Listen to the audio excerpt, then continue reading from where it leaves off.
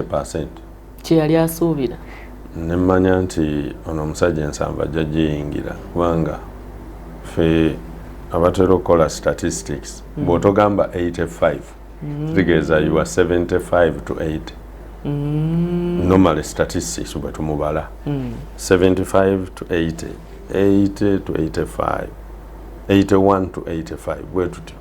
Ku mulundi guno movement performing much better. Why do you think so? Olaba nti reducing the numbers of opposition. Naddala mu bibiina mu butereevu bw'ebibiina. Newankubadde movement esaffarinze ne independence. Mwe bali bangi. Aba movement naye nga bali ku independent. Ndi ku level ya parliament. So bw'ova waggulu n'ojja ng'otunuulira era olaba nga movement yeeyongedde okuperforming obulungi. Kati Wakiso movement yateekinze over ekifo kya chairman. So ekyo kyokka tuweeza more than 50% aba movement ba councillors. Local government. Yes, ku district level. Wakimanyi tubadde tetuweeza even ne 10% nga tuswagolinga ogiweeza. Naye loza performance ya mwene biki ebyagibadde emabega okubanga mwewuunyisizza ensi okutuuka ku salino? No, ekisooka obululu buno nga bw'obulaba abantu bagenda bakula ebirowoozo. Abantu bakyamuka nnyo nga bafunye ekibiina ekipya. Ne balowooza nti ekibiina kye kikola. No, si kibiina, individuals. Abantu ng'abantu be bakola. Kati abantu baatandika bo bennyini okuga nti ku luno tetulonda kkala, tetulonda bibiina, tulonda busobozi. Tulonda mukozi. Era abantu batuuka ekiseera walumu we nali njogerako omu ku bantu baffe. Ne bagamba nti oyo muveeko atukoledde ki, akozeeyo ki, ffe tugenda kulonda muntu mulala. Bayinza okuba gwe baali baagala okulonda si ye yayitamu. Omulala n'awangula. Kubanga gwe bw'oba osuubira ono ate waliwo n'abalwanirira omulala. Naye ng'olaba nti abantu batunulidde nnyo ekyobukozi. Nze kati Wakiso bw'ogenda okutunula balonda bukozi bwange. Percentage nnene ey'opposition. Yalinga enkubira essimu, yalinga enkuba obwama, munnange tuyambe ku mulundi guno gwoba owangula, ffe ku luno tuli naawe tulonda mukozi. Ab'oludda oluvuganya. So abantu baava kupapira ku kibiina kubanga omanye ekintu ekipya abanga mugole mu maka. Buli omu buli mulamu ayagalaga bane mugole alidde, bane mugole mumuteereddeyo amazzi, buli omu aba ku oyo. Naye bw'amala emyezi n'azaalayo akaana kamu baga nti naye twali tumusuubiramu balongo. Naddala ng'omukyala mukulu oba abaddewo abadde abayisa bubi. Well, ayinza okuba abadde tabayisa bubi naye nga bo balowooza nti abayisa bubi. Omanyi n'ekyo nakyo gyekiri. Buli lw'obeera n'omuntu gw'omulabanga ye mubi ye omala kugezaako mulala n'oga nti owange. Ate enfunda n'oyo. Waliwo abantu abaatugeraageranyanga awo biki ne tubagamba bo baanyiigako omulundi ogwo naye bwe baanyiiga nabo baabagoba ne babalumba ne gye bali nayo ne babafuumuulayo. Kitegeeza ki nti oluusi gwe gw'obadde onyooma nti si mulungi ate oluusi yensa. So akalulu nga bwe katambudde nze bwe nkatunuulira kalimu ebintu bingi ebibadde byetooloola naddala bwe kituuse ku mitendera gya municipalities. Ndabye nga balina basika emiguwa mingi okusalawo ani awangudde ani atawangudde.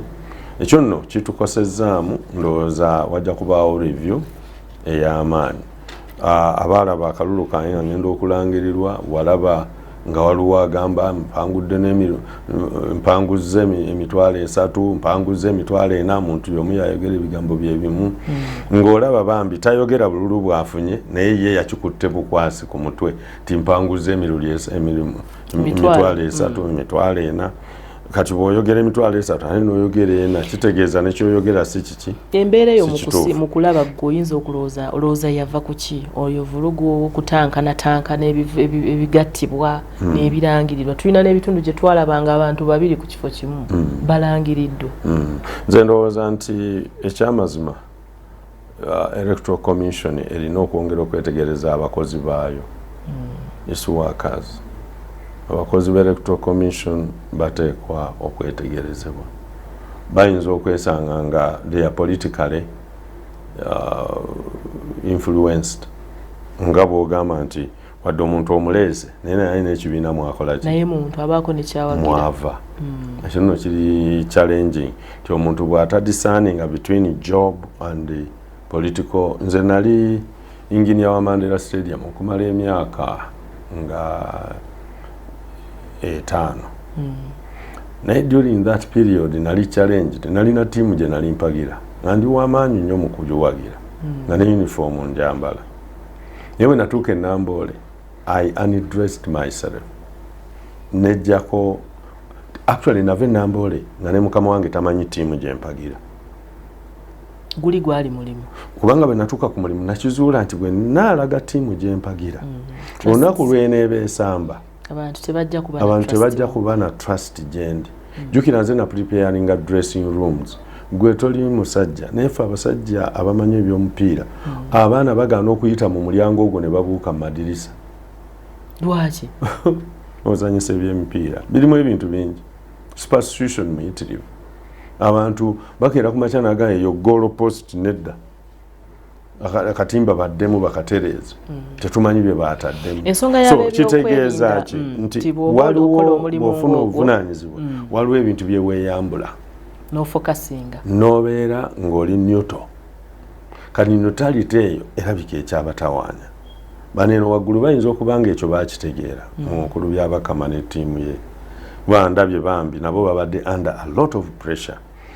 Ekirala kye muba mumanya akalulu kaffe kati kafuuka ka ssente. Ate sigamba nti ba candidate be baagala okuwa ssente kuba tebaba nazo, naye abantu baffe baafuna endowooza ti omuntu agenda waggulu agenda kulya. Anti okuweereza mwakuvaako.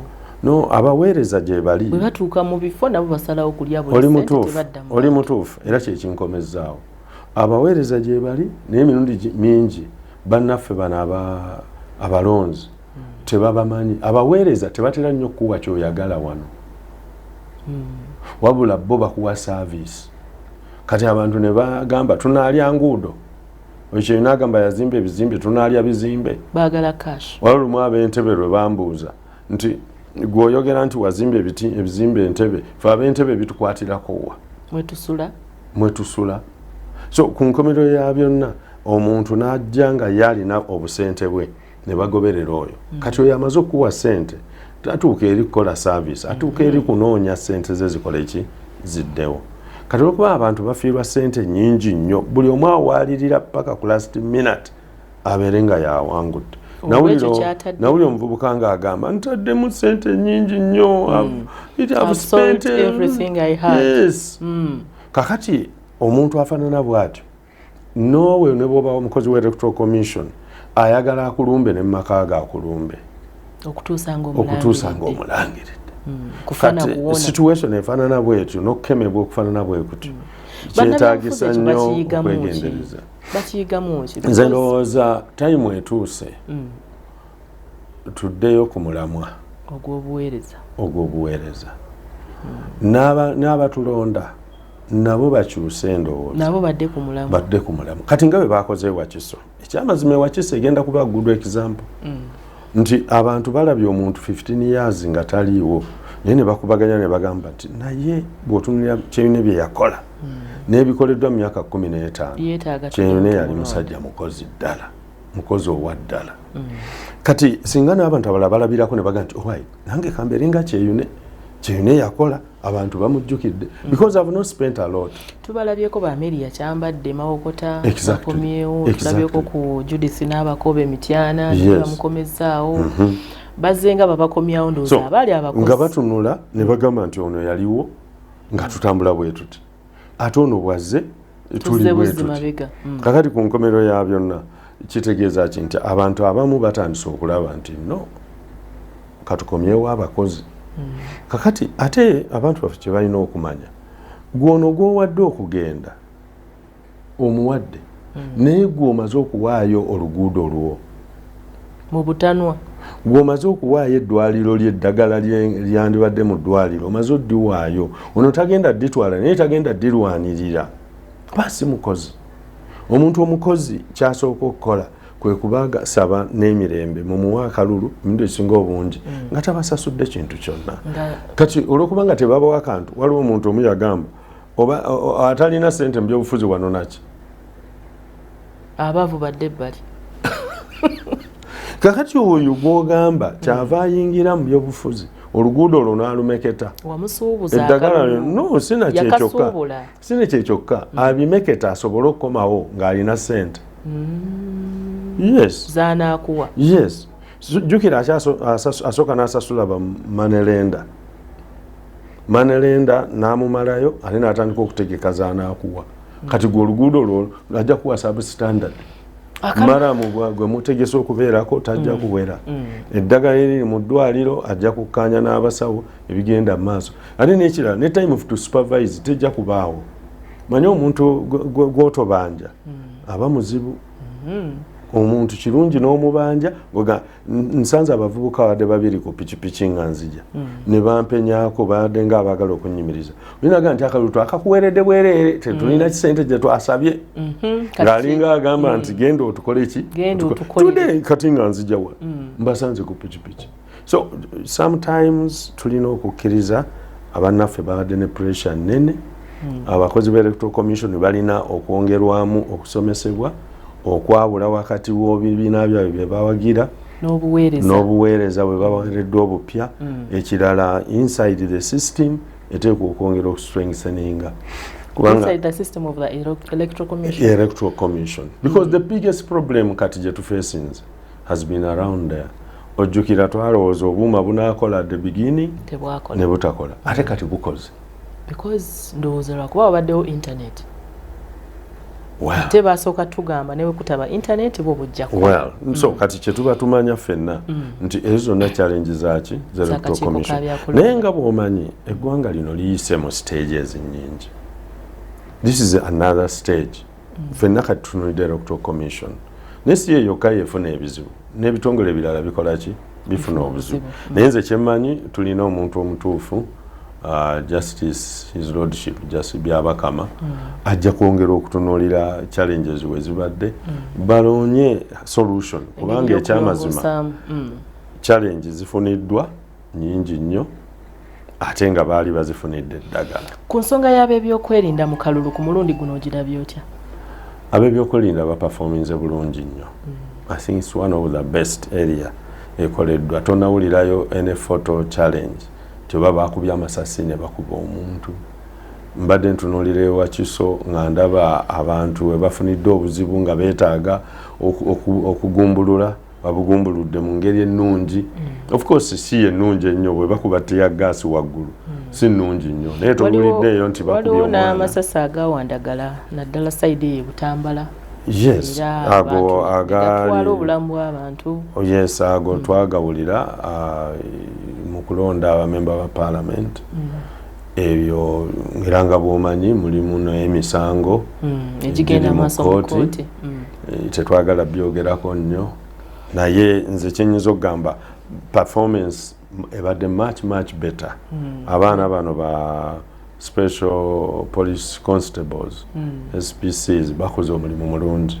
jukira tebalina mundu naye bali supported n'abatonotono abalina emundu naye ekirala bayita mu training siga nti babalonda bulonzi awo babafuna ne batwalibwa mu training kiyambye kinene ekirala numbers zaabwe zeeyongedde I think ne zireducinga ku maje okubeera very close kubeera ennyo mu bantu n'ekirala president waffe mukimanyi is a specialist mu bintu by'okukuuma emirembe together with his team olabye nga abantu abaatiisibwatiisibwanga ate mujja kulonda yabagamba wano tewali ajja kutabula mirembe and indeed tewali n'omu agitabudde era tewali agenda gyetabula kubanga ekyamazima bannayuganda baagala emirembe they are peacekeeping people lwakubeera nti wabeerawo abatonotono abaagala okulaga nti kisoboka last time ng'akalulu ka president kawedde tuli around mu kulangirira actually baali bamaze okulangirira abaana ne bookya omupiira ku northern bypass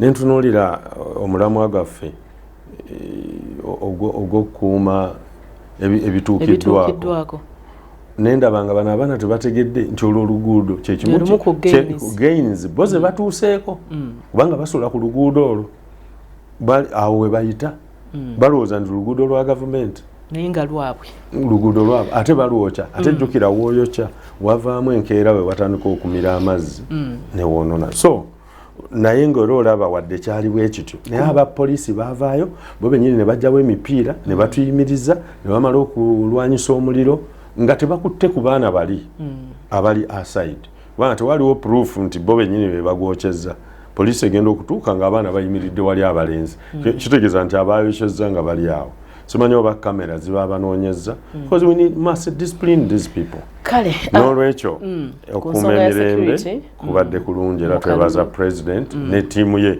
wange mabega eyo alina a very big team engini yakadde katutambuddeko ebyokwogera tuba bingi always naye briefly katono nnyo nga tugenda okugenda mu bannawakise be baba bakusuubiramu mu bufunze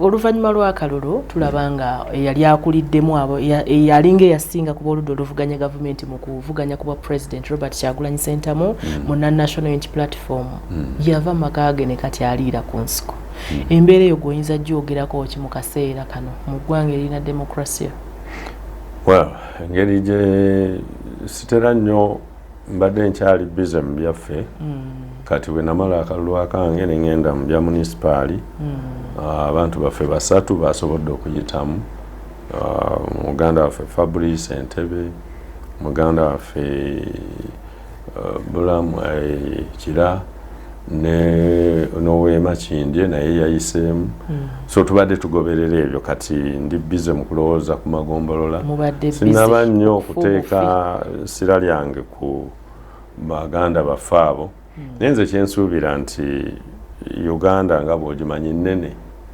ate okuba alinako waali ng'omuntu yatambula nnyo omwana oyo oba omusajja oyo tumulaba ng'omutene naye si mutene walking around the whole country ng'akozesa amaanyi mangi it's worthwhile awo mulemu kiyinza okuba nga yeewumuzzaamu yes erino eggwanga nga bw'oliraba buli muntu asobola okulyenjoyingira waayagadde so ayinza okuba naye ng'amanyi nti bw'abeera awaka abantu bangi bajja kujja bano bamwebuuzaako ayinza okusala okumulamu naye bw'aba nga waliwo ensonga ennuŋŋamu ate era Uganda erina amateeka towulidde balooya nga basaba omuntu ti mumutuwe obanga mulamu oba mufu sijja kyogera mu lulimi lwabwe nasomako ku Law Development Center so mateeka mmanyiiko ekitonotono naye nze ku lwange ndowooza tekiteekwa kweralikiza bannayuganda singa ddala kyali kituuse ku mbeera eyo twandibadde tukiwulidde ate era ne famire empulidde nga bajoogerako ku mawulire n'ebirala kitegeeza tuyinza okuba nga ffe mwe muwulira birala naye nga bwegambye mbadde sinabiteekako nnyo sira kuba sinawulira nnyo alamu kale inginiya mu ddakiika emu bannawakiso bawa assurance ki oluvannyuma lw'akalulu baakulonze yes bannawakiso njagala kubeebaza kyo kisanja kyakumeka well ekisooka kubanga biri bya omanye edda tica waffe yatukubanga embooko saakubwa nnyo basinga nnyo okuba abaana nga okubala kuganye nze ate okubala nali nkumanyi naye babakubanga naye nga bw'okwatayo ziri ziba kapuuti basizibala kakati bakwatayo kati ezo tetuzibala tuli ku kino ekisooka basuubire ki no basuubire Ian gwe bamanyi but a much better Ian bangi bamanyi enkola yange bangi bamanyi I'm fast I'm always early bamanyi nti bwembeera ku kintu I'm dogged bamanyi I'm very frugal bamanyi I'm transparent bamanyi omuntu atalya nguzi bamanyi omuntu amanyi kyakola naye njagala bakakasa nti other than that ebyo byemumanyiko kati mpuze and I want to treat this as a very essential opportunity okuweereza bannayuganda si bannawakisoboka actually eno district nze njagala gikola tugizeeyo ku level kwe yali etuuse okuba model district eyambe Uganda oba olyawo ne East Africa okukyuka. Kale mu butikitiki butono basiibule tugende mu mawulire. Nsaalirwa nnyo okubasiibula mba nakatandika okunyumirwa ate programu neggwa. Ndowooza next time njafuna omukisa mbeere wano March Alia omukyalo ono ansoye ebibuuzo naddala nga tutandise omulimu mbajjukiza nti byonna bye twasuubiza tuyinza obutabikola in the first day maybe not the first 6 months but by the end of the first year tujja kutandika okubaako kye tulaba. Mulekyo omukyalo ono ajja kunkyaza emirundi mingi mbannyonnyole tunaaba tutuuse kubanga one of my 5 pillars is advocacy. Ate siinawo enjikolera njako ku TV, ku radio n'empapula z'amawulire. Kale musule bulungi. Okay. Abadde atuteeka ku mpewo naye Wanyonyi abadde andibya ngamba mugambe waliyo mwanyoka eno. Gyali nga tusanyuse nnyo tusanyukidde ddala. Tusanyuse maaso ebisige bisamba ndege. Abatulabye okuva gye twatandikidde program Kingdom Torch ku ssaawa emu yennyini njagala okubebaza mwebale nnyo mwebalire ddala abajja okusabako okuyita mu kiro okutandise wano ku Shanti Focus Center jangu sambyako naawe alina byokola tusobole okuba nga twesabiranga abantu basse kino mu Friday Miracle Overnight Christianity Focus Center wano Emengo mu kisenyi olunaku olwaleero tuddako mawulire gaffe amalindilire n'omukyala Babirye Victoria Makumbi omulabirizi Dr. David Livingston Kiganda engineer mutumidde nnyo neebaza n'essaala gye yansabira weewaawo we nava wano yansabira essaala ennene era nkakasa obuwanguzi bwange abulinako essaala kama waffe yeebazibwe musule bulungi mwera